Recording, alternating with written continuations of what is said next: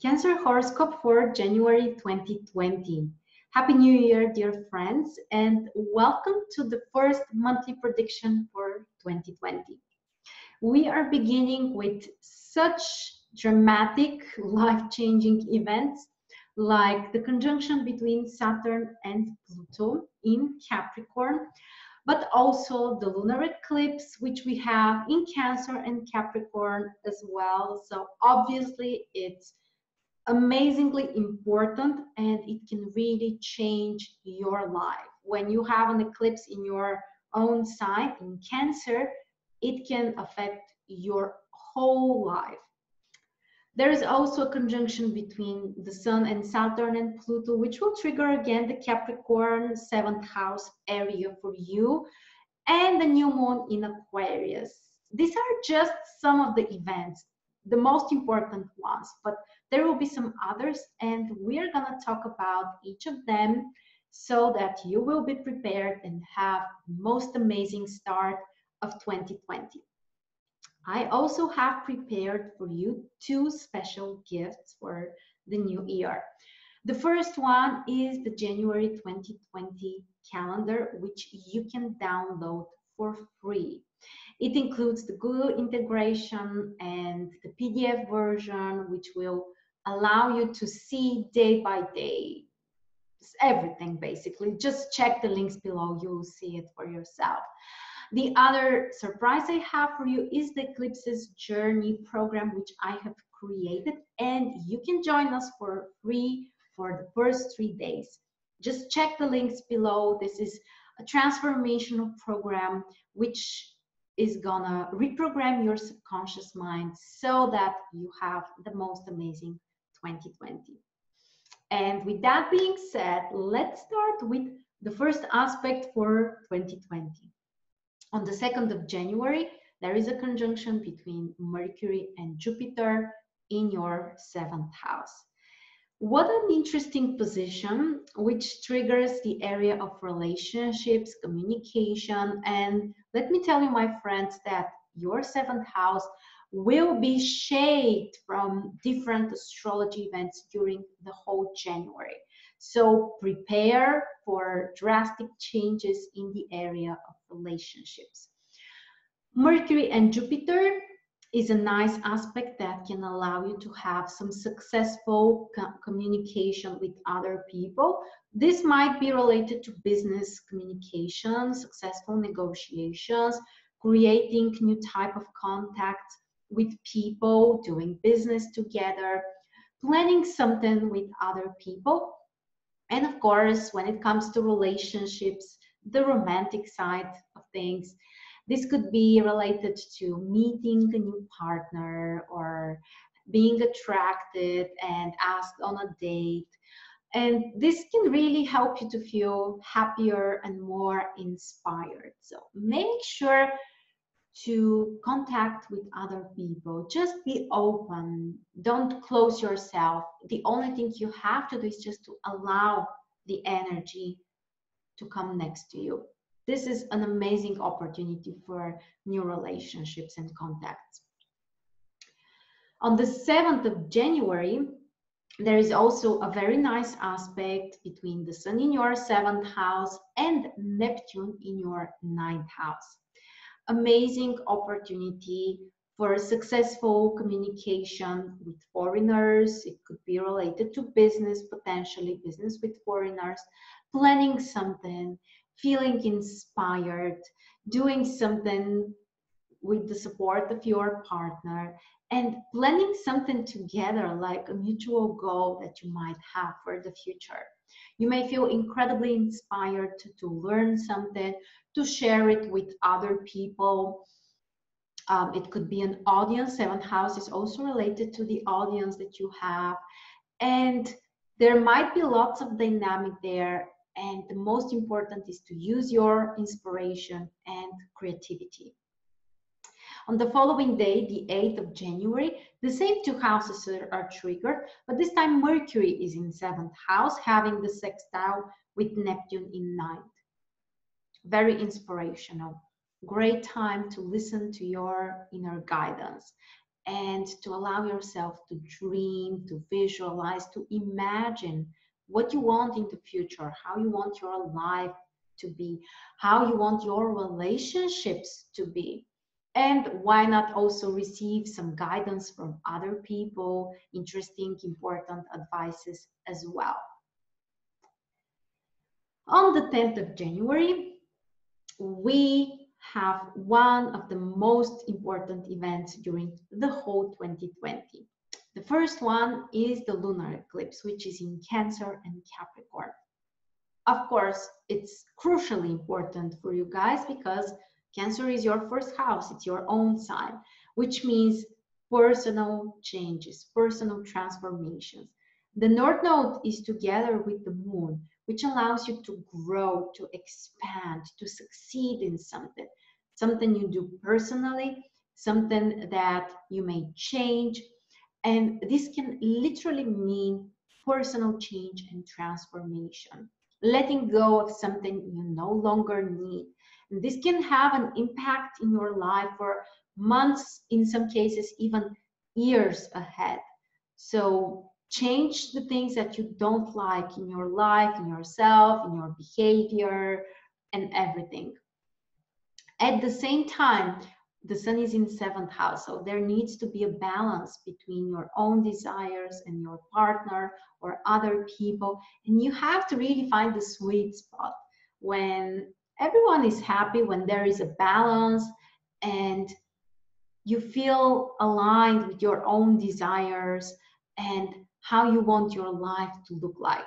So very transformational, very life-changing position. Mercury is also part of the eclipse because Mercury will be in exact conjunction with the sun.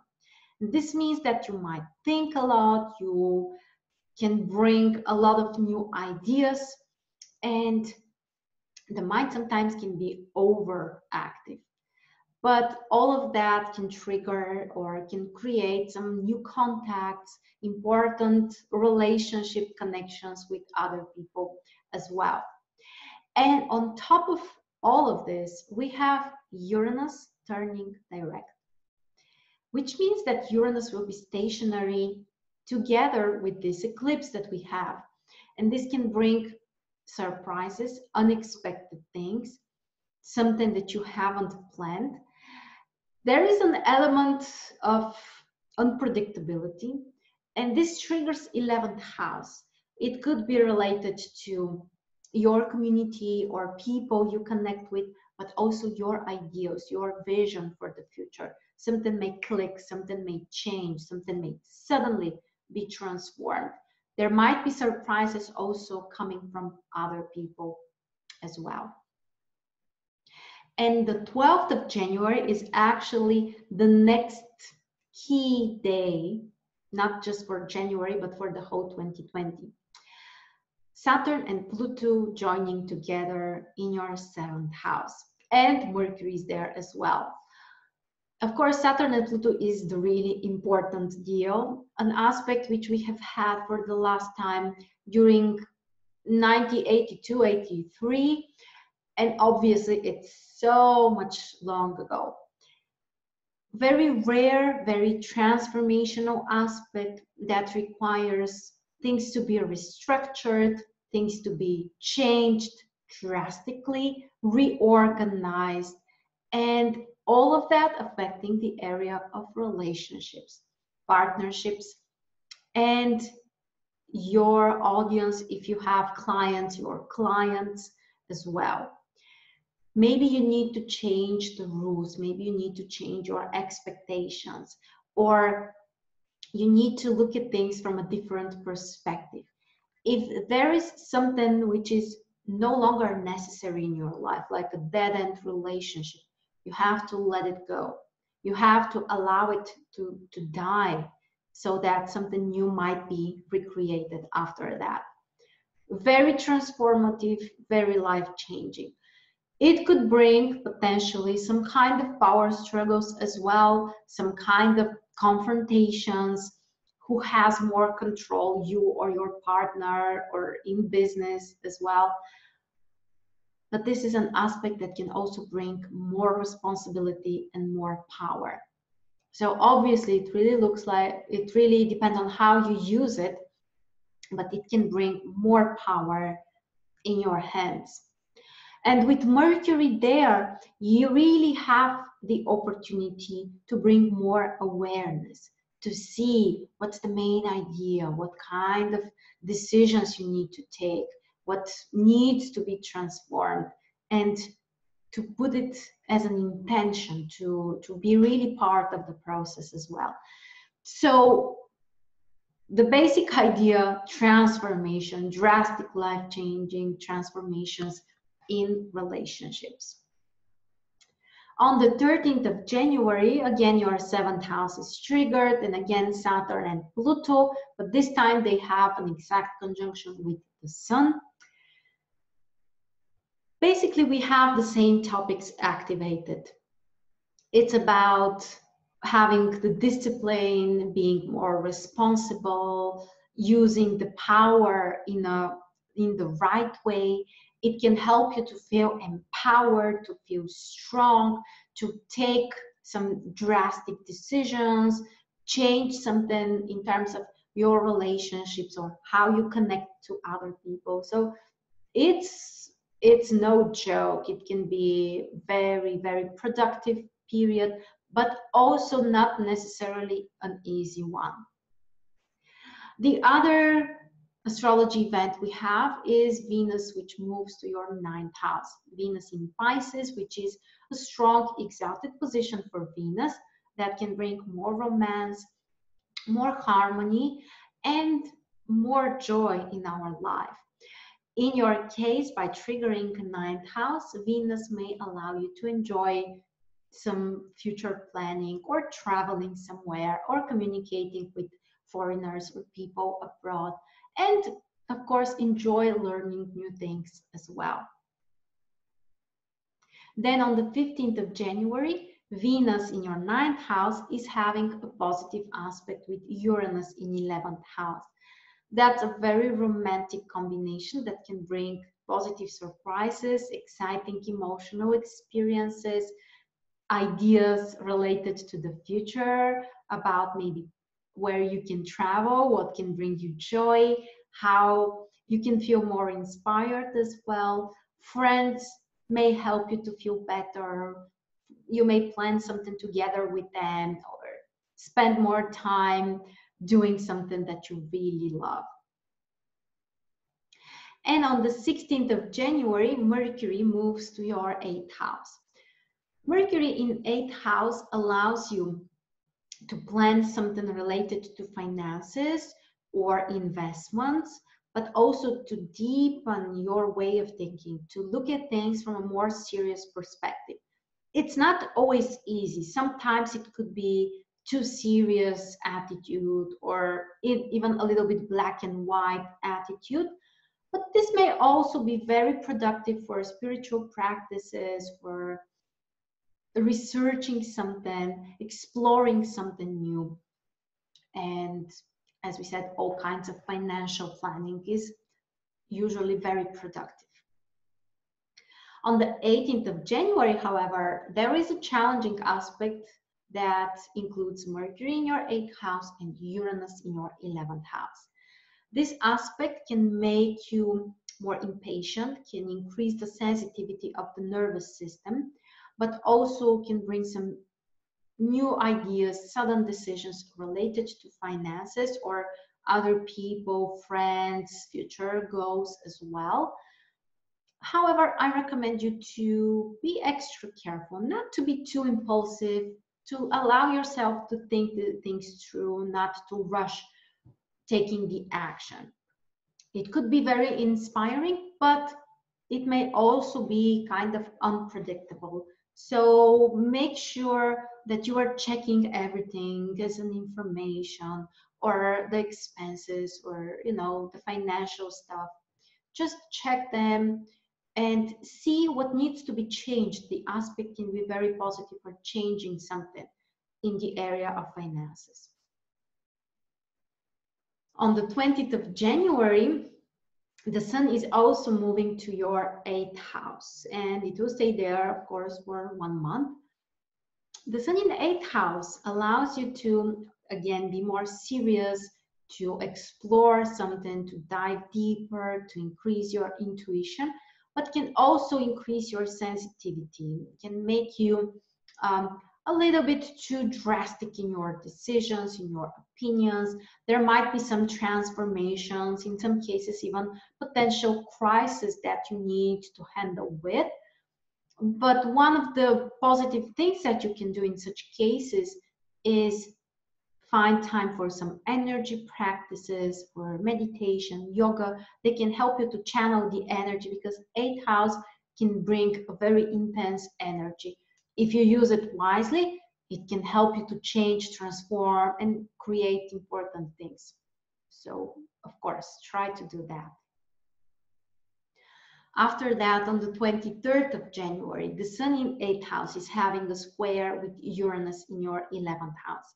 There might be some unexpected situations, potential stress and surprises. It could be related to financial stuff, investments, or the mutual resources area.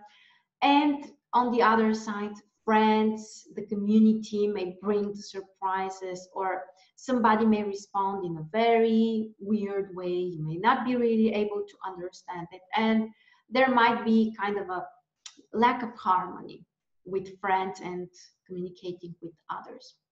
But at the same time, you also have a beautiful aspect between Jupiter in your 7th house and Venus in your 9th house. This aspect can bring you success in relationships, in communicating with other people, falling in love, going on a date, potentially meeting a partner far away, abroad if you're traveling, and generally just enjoy the time to travel somewhere. It can help you also when it comes to your reputation or some kind of public appearances as well, and planning something you enjoy, something that you would love for the future. So it's kind of, exciting. Then on the 24th of January, there is a new moon in your 8th house. It could be a magical new moon, it could be a critical new moon, it could be a transformational new moon. And what you need to do is focus on the resources and the exchange of energy. 8th house, it's about receiving and giving.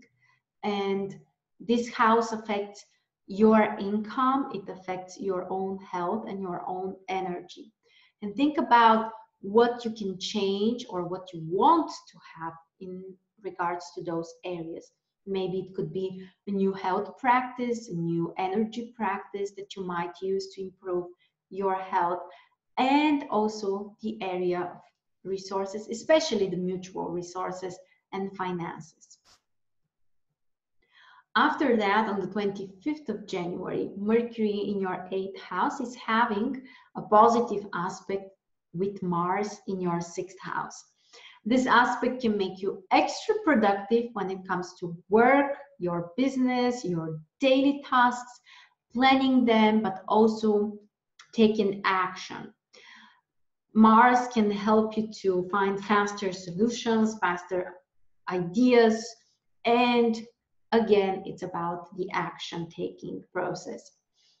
At the same time, you may also take important decisions when it comes to the business area and the investments and the resources.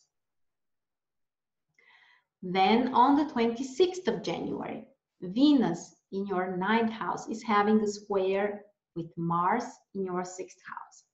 This is a challenging aspect that can bring some frustration or emotional tension when it comes to your work and your goals. There might be a need to work harder to get what you want, to gain this balance and harmony again. And when it comes to traveling or things that include other people abroad, you may need to be extra careful because you can confront, or things may not be that harmonious as well. Then on the 27th, there is a beautiful, very romantic, very spiritual connection between Venus and Neptune in your ninth house. They will be in conjunction there. And this is a wonderful time to dream about the future, about something you want to have in your life, but also to be more inspired, to feel guided. And it's a great time to enjoy learning something spiritual or traveling. If you have the opportunity to go on a retreat, that's amazing. If not, then allow yourself to relax and to learn something that will inspire you and make you feel great about it. It could be related to visualizing where you would like to travel, which places you want to visit. And there is a very romantic element related to this position as well. And we have the last event for January on the 28th, which is a square between Mars in 6th and Neptune in your 9th house.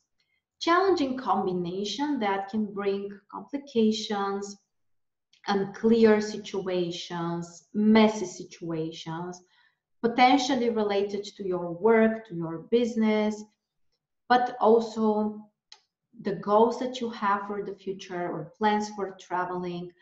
And also, I recommend you to pay extra attention to your health. With Mars in 6th house squared by Neptune, if you have a tendency for hormonal issues, for what else, allergies, or something else, the autoimmune stuff as well, be extra careful to pay attention to your health. Even some kind of inflammations might be, there is just a higher risk for that. And make sure to allow yourself to take your time, just to relax. Don't push yourself too much. Yes, Mars in 6th house wants you to work hard and achieve many things, many tasks. The to-do list is endless.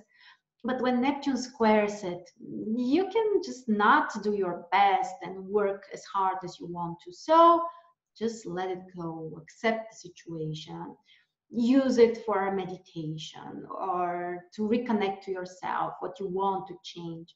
And of course, it will pass like everything else.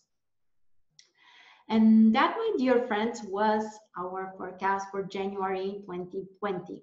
Don't forget your two gifts, the 2020 January calendar and the first 3 days of Eclipses Journey program.